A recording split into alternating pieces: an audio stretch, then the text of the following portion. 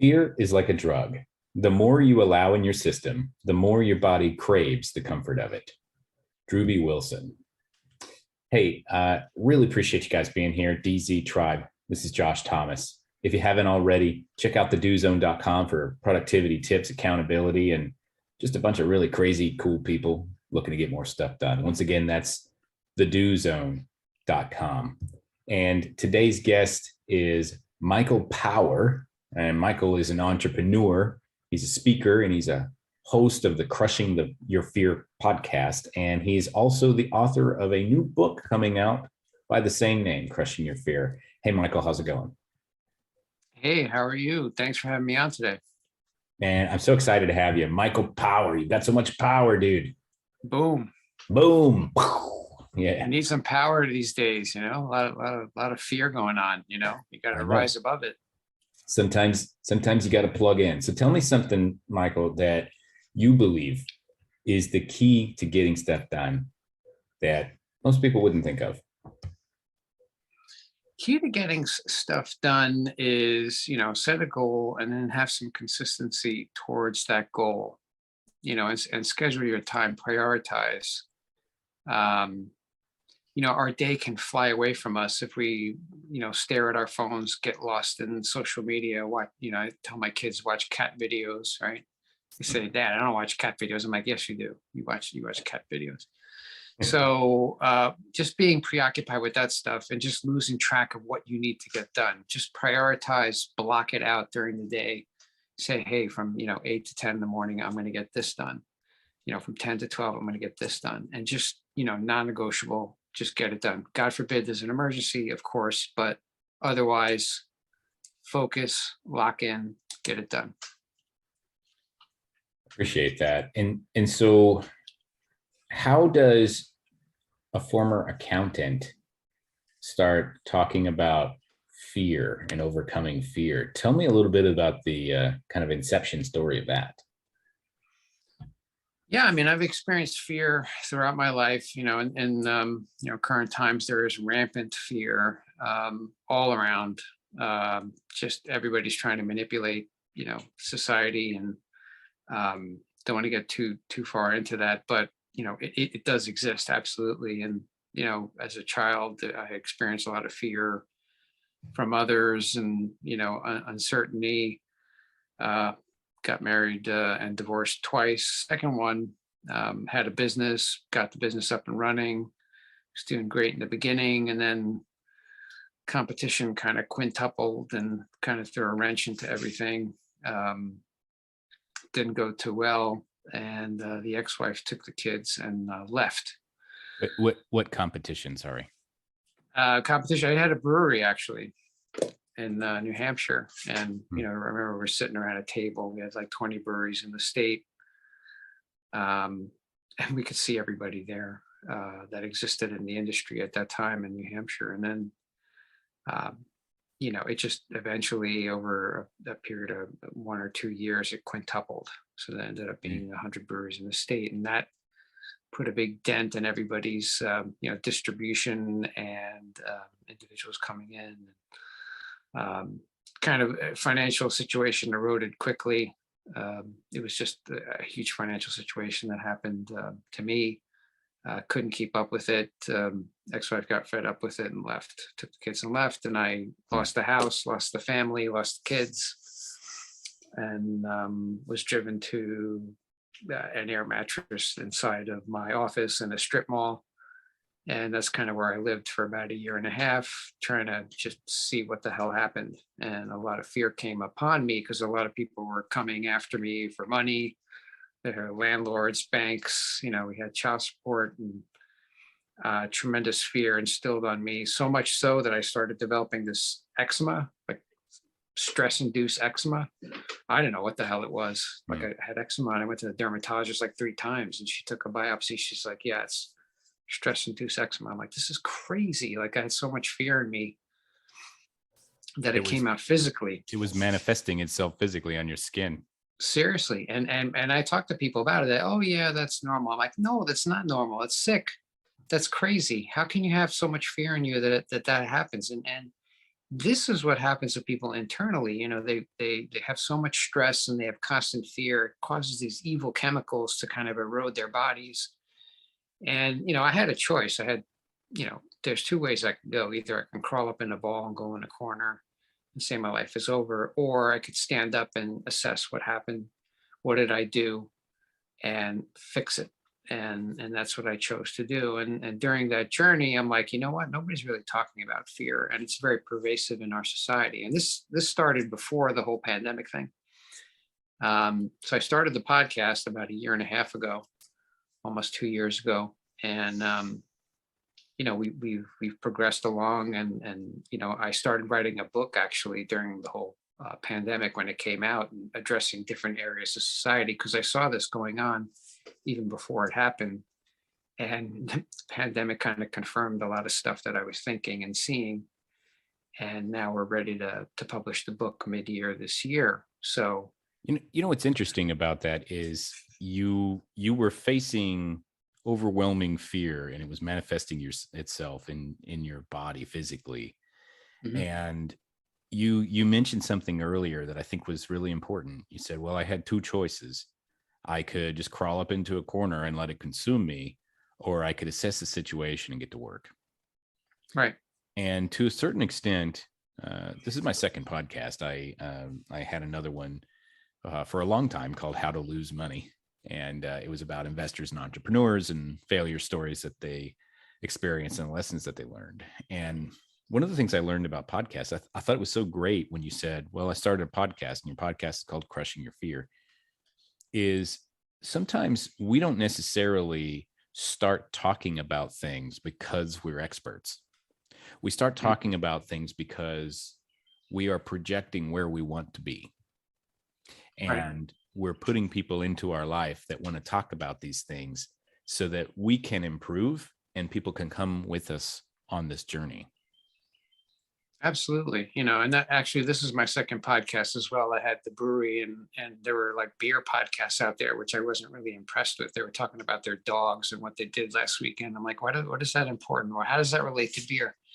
So Mhm. I did my own, and actually Well, they're they were still being, drinking beer last weekend. yeah, they're still downloading episodes of that. It's called Craft Beer Storm, and we're still getting downloads. I haven't done anything for about a year and a half. I kind of stopped that and started the Fear podcast, um, but right. And you know what? It's kind of, I could say it's like selfish as well, because I wanted to get people on and discuss what fears they had and how they've overcome them. And that helped me tremendously. And then like you said, while I'm getting the knowledge, I'm bringing people along for the ride, put these podcasts out there about my conversations with people, really great people who have gone through a lot of stuff, and they've overcome it.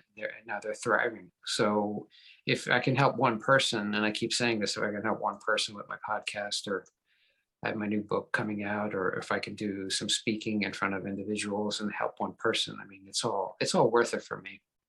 Yeah, that's the great part about this is we're all on a journey.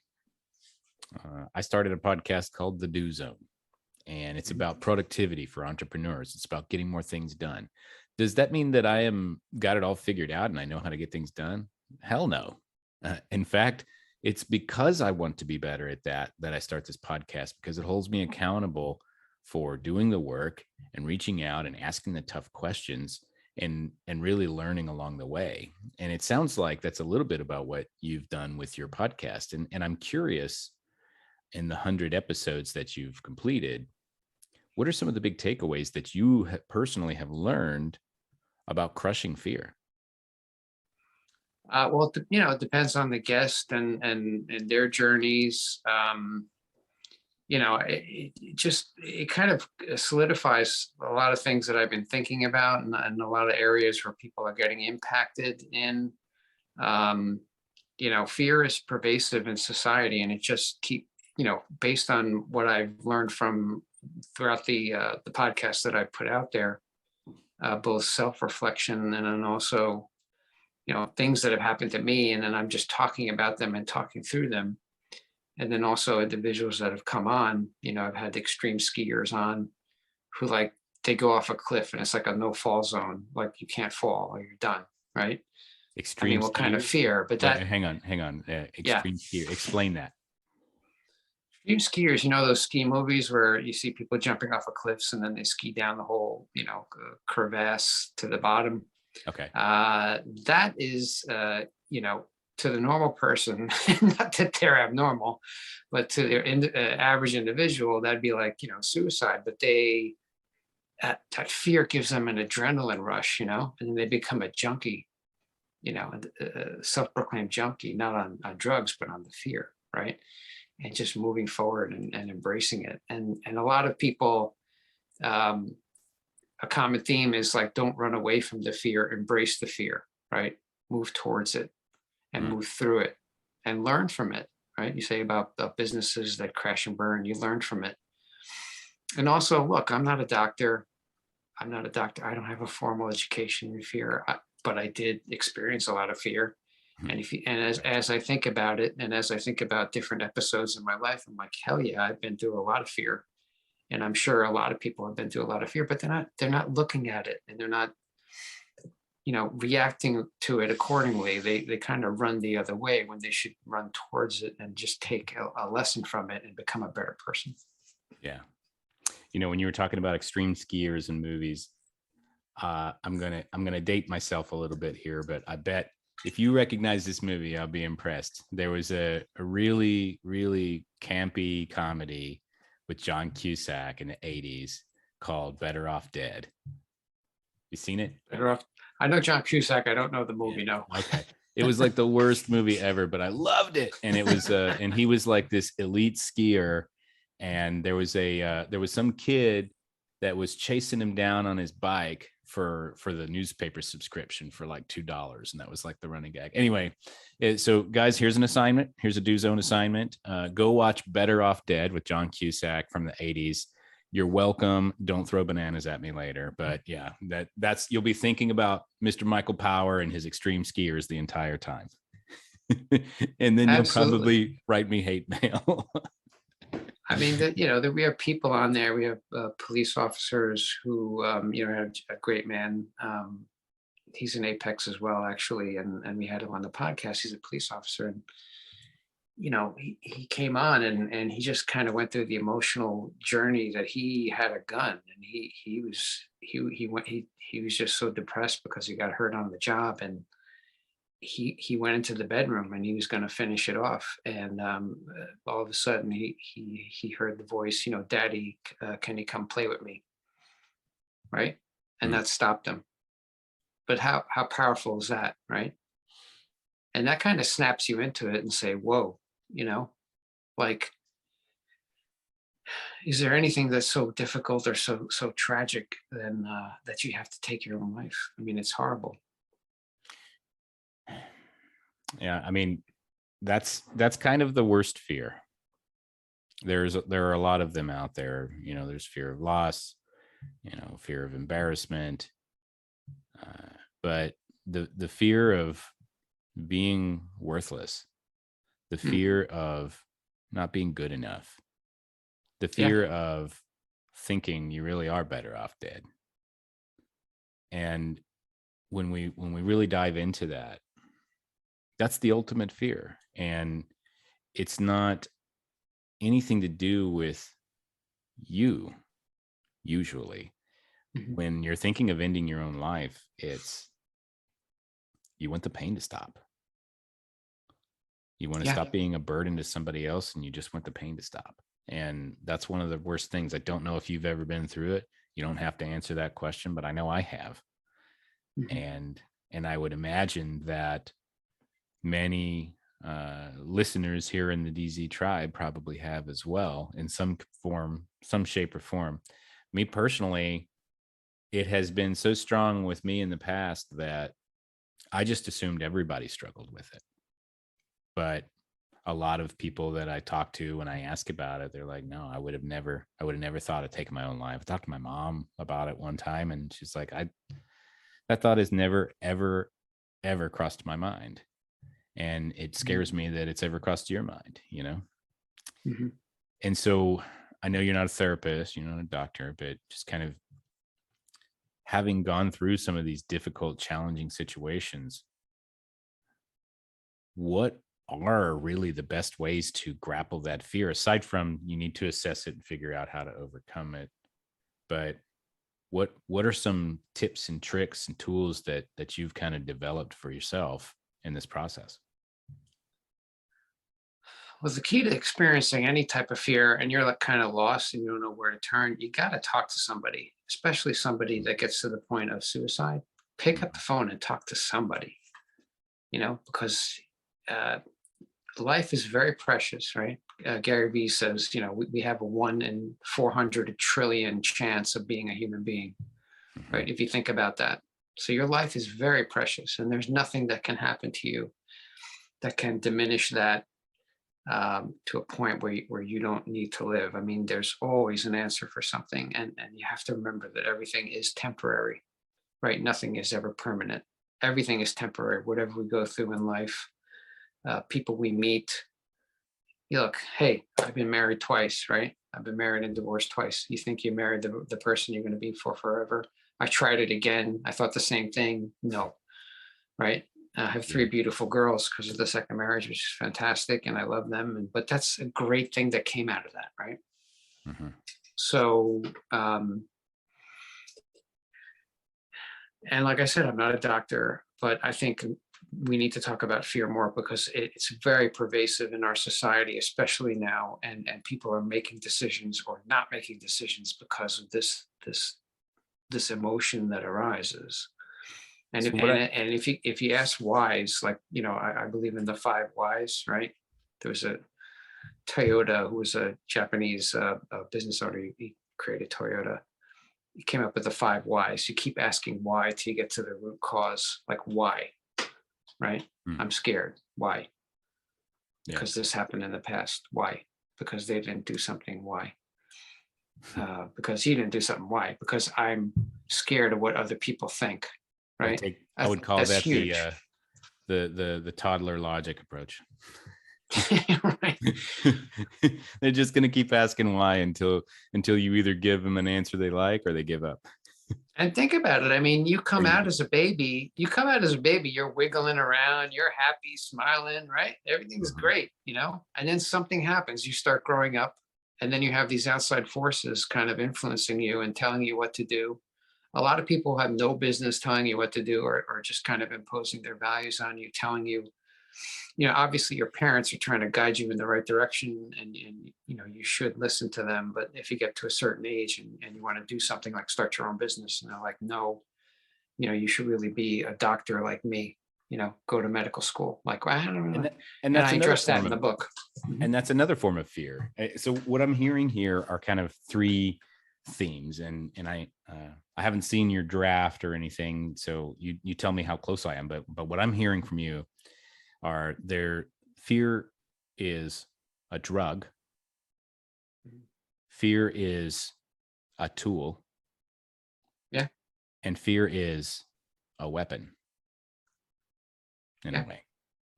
And we as human beings are using that fear sometimes in all 3 ways, sometimes all at the same time, and that is also being used against us all the time, sometimes combined together. Fear is a tool, fear is a drug, fear is a weapon. Yeah. Have you kind of noticed that as well? Oh, absolutely. I noticed that, before even this whole pandemic started. And this has just been a horrible thing that's just affected many lives.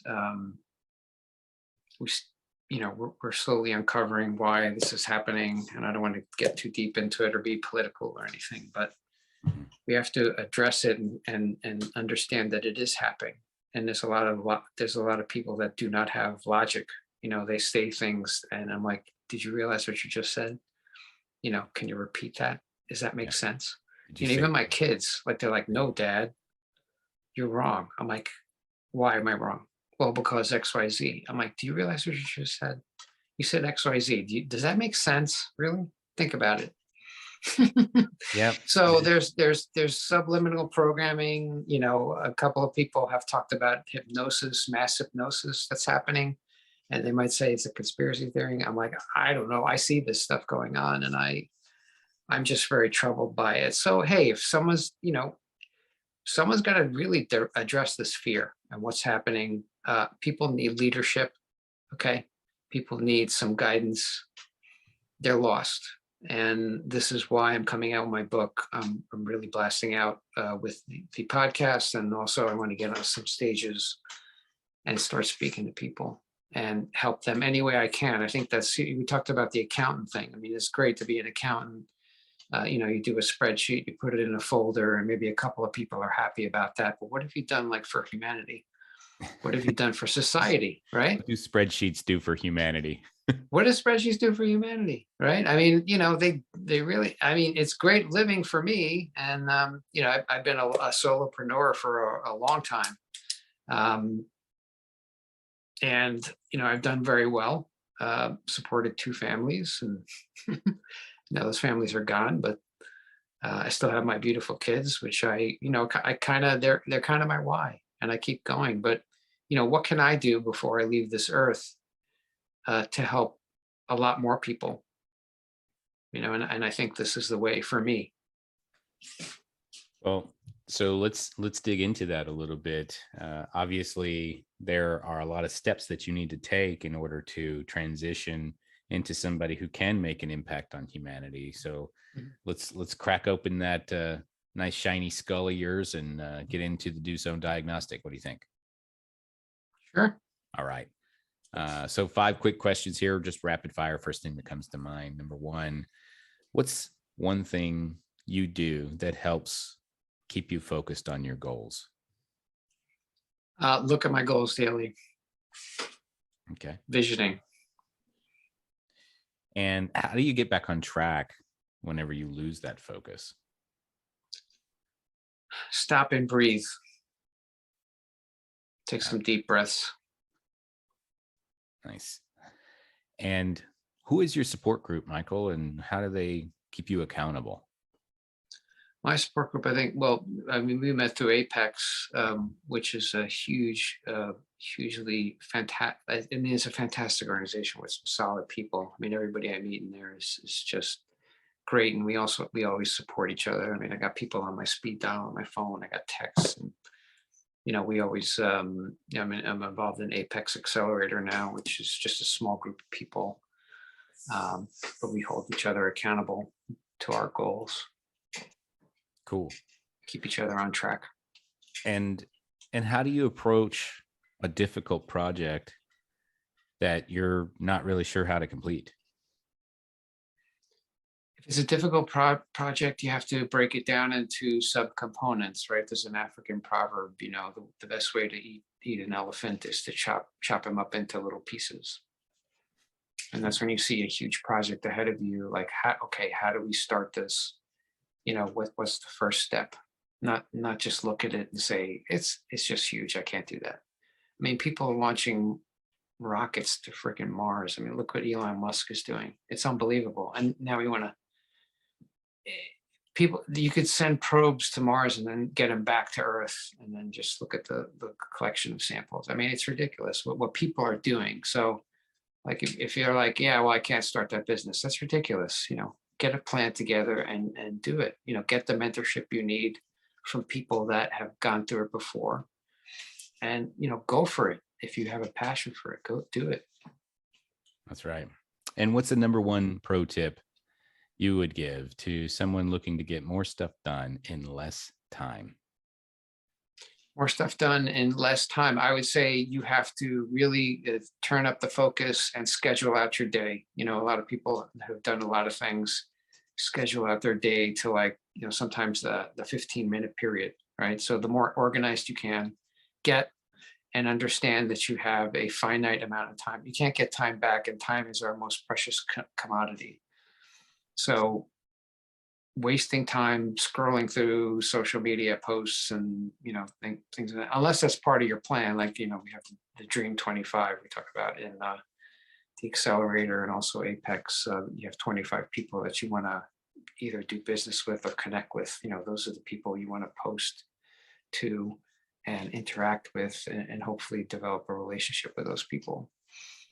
Got it. Thank you for that. And so I know you mentioned it before, but tell me about this podcast. Or what are a handful of episodes that stand out to you, and what would you expect somebody who listens to get out of it? Crushing Your Fear podcast. We started about a year and a half ago, almost 2 years. Just addressing the fear that's happening in the world and having great people on who overcome their fears. We've had we've had people like, we have the extreme skier who just kind of jumps off of cliffs, and Kristen Ulmer, she's fantastic, and she's out there speaking, embracing her fear. Uh, we've had people, like I said, the police officer who's going to take his own life, and he overcame that. Um, had Jordan Harbinger, who's like the Godfather, came on the podcast and Nice. explained his explain how he's got started and what he's going through. And just individuals that I meet, other people who have almost taken their life. Actually, one person that I interviewed, he had pills that he was going to take, and he had a bottle of vodka, and he's gonna end it. So he took all the pills, and he was going to do and then fear saved him. He's like, I was scared, I didn't want to do it. Right. So you think about that, and fear acted as something good that saved this man's life, and now he's doing fantastic things. He's speaking, and he's just doing tremendous things. Or God forbid if he went through with that, it would have been a waste of life. Well, so there's many people. Everybody that comes on has their own story. You bring up a really good point about fear. I mean, fear is not necessarily a bad thing. Fear exists for your protection.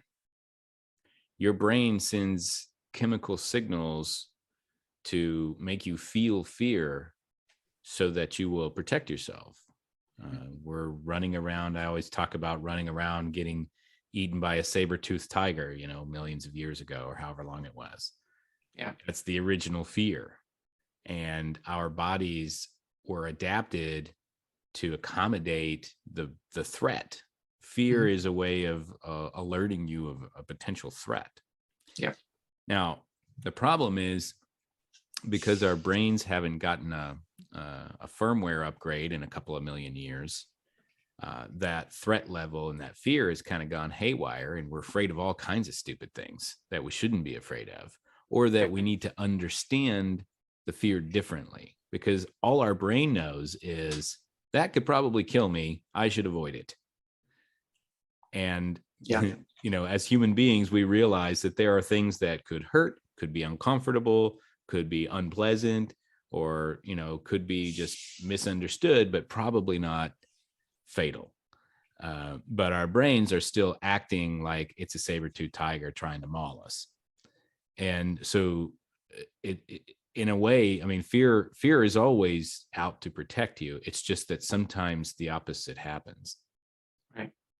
Well, most of the time the opposite happens. I mean, they say over 90% of your thoughts that arise from fear, and that fear is just thoughts. That's all that is. It's not really existing. And you're right. I mean, there's a natural reaction within our bodies so that we don't get eaten by that saber-toothed tiger. I go into this in the book, where the brain, certain parts of the brain create chemicals, which, causes that adrenaline to get you to run.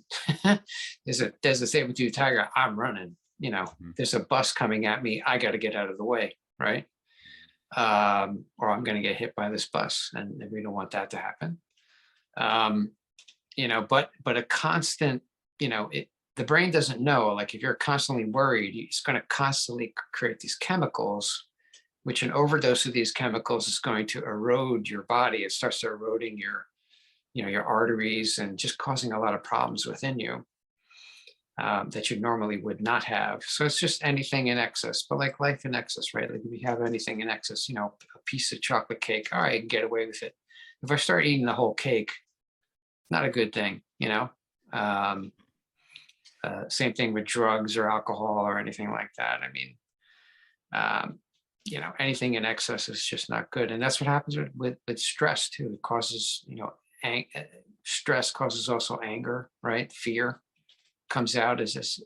The anger is just a form of fear, right? You don't want that to happen, so you get angry. But then that creates other, chemicals as well. It hurts your heart, hurts all your arteries. Over time, it's going to deteriorate you as a person. Yeah. And I think what I'm hearing is we need to really identify what's the source of the fear. Yeah. Because I for the longest time, and this is my best example I can come up with. I for the longest time have just been terrified of heights. Not very good at it. Now I have not done skydiving, but I have done zip lining over the Costa Rican rainforest that was about 500 feet below. And I've done all kinds of, I've been parasailing with, like, we ran off of a mountain and the air picked us up like 3,000 feet in the air. So I've done all kinds of things that involved heights, and I've just been petrified the entire time. But you know what?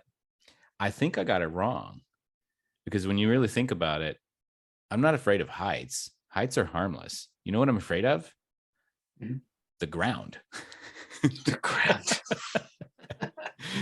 So we have to attribute properly where the fear is coming from. I'm afraid of the ground, but I'm only afraid of the ground when I'm like super high up in the air. I'm not afraid of the ground when I'm on it, because it's not used as a weapon to smash me. So we have to understand that it's this moving target, and sometimes where we attribute that fear is not actually the source of the fear. It's just what we think it is, but we got to dig past it. Are you really afraid of heights, or are you actually afraid of the ground? Let's get behind that and let's understand, where is that coming from?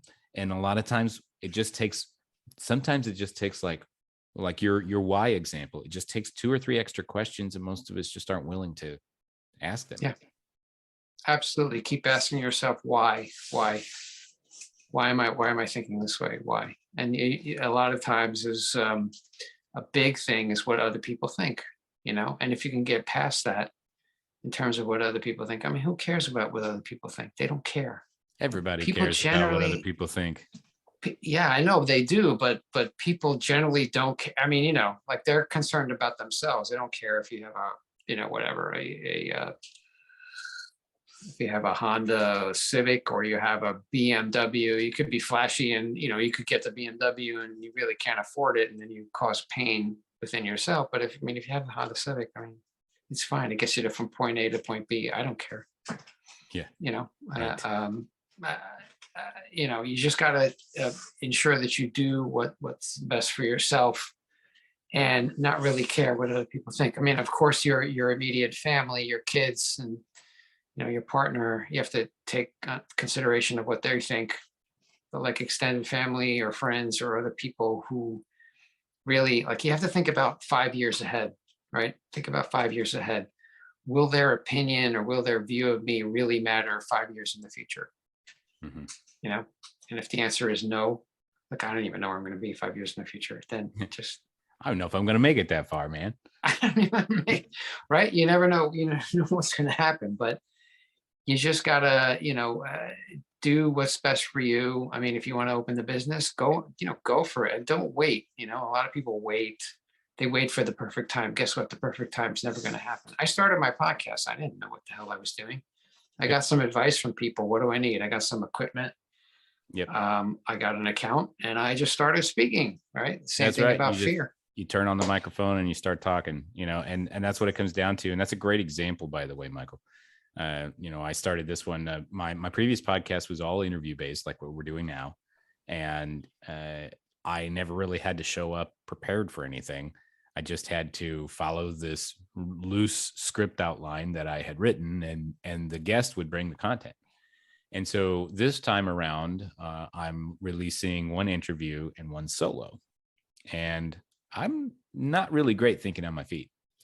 And so if I'm reading a script, I'm awesome. But if it's just a prompt and I need to start talking, man, and I'm just talking into this microphone and there's nobody around, that's hard. And so by the time this podcast comes out, I will have done that over a dozen times. And looking back at the first 6 or 7 or 8 that I have done, they weren't perfect. And I made some mistakes and it wasn't great. And I got a little stressed out at the beginning, but then I realized, it's never going to get any better until I just start doing it. Mm-hmm. I'm No, never going to absolutely. overcome this fear of, I don't know if I'm going to come up with the right thing to say. I don't know if I'm going to sound stupid. I don't know if I'm going to forget what I'm going to talk about until I just do it and do it and do it. And, when you go back and you listen to these prior episodes, you're going to hear it. You're going to hear like, Josh is not knocking this out of the park. He's just being genuine and he's sharing and he's on this journey as you go, kind of taking it right back to the first topic that we brought up here. You started a podcast called Crushing Your Fear because you wanted to crush your fear. Mm-hmm. I started a podcast called The Do Zone because I wanted to be more responsible and accountable for my own productivity. And so a lot of times that fear, all we really have to do is we have to get up and do something. We have to take some sort of action, because action and progress and results, that's what's going to crush fear. Yeah, that's what they say, like imperfect action is better than perfect inaction, right? That's exactly. You got to right. just do it. Just take one step. Every journey begins with one step. It's true. You look at all the famous podcasters and people who've done these things. They look back and the early episodes are like, oh my God. But if they didn't do that, they wouldn't be where they are right now. They just have to start and just be genuine, like you said. Just tell everybody what's going on inside. Get that out and talk to people. Genuinely, and you just never know what's going to come out from people you interview or even yourself, and things that I've kind of looked at other things in my life that have happened and I really haven't paid attention to them in the past, but now I'm like, wow, like that really happened. My gosh, let me see what happened there and how can I learn from that. Where can people go to learn more about you, Michael? Well, I'm on Instagram. The Real Michael Power is my handle on Instagram. You can also go on crushingyourfear.com to take a look at what I'm up to. It has all the podcasts on there. We have some YouTube videos. I have my book coming out this year, Crushing Your Fear. Stay tuned for that. We'll get that information out. But that's we're building the brand, getting the message out, try to help as many people as we can. And if anybody's out there and they're looking for somebody to bring on to speak to their people about maybe some fear that they've experienced and try to guide them through that, I'd love to come by. If you want to have a conversation with me, shoot me an email, michael@crushingyourfear.com. I'd love to talk to you. Great. Excellent. Well, really appreciate you coming on here and sharing a very important message. We're going to wrap from here. Michael Power has been our guest. Thanks again for joining us. You can connect with Michael by going to crushingyourfear.com, and you can listen to the Crushing Your Fear podcast on iTunes, Spotify, and Google Play. If you're a busy entrepreneur looking to get to the next level, head over to thedozone.com for more productivity tips, tools, and strategies. You can also join our Facebook group with the same name. Until next time, remember, we all have the same 24 hours in a day. What are you going to do with yours?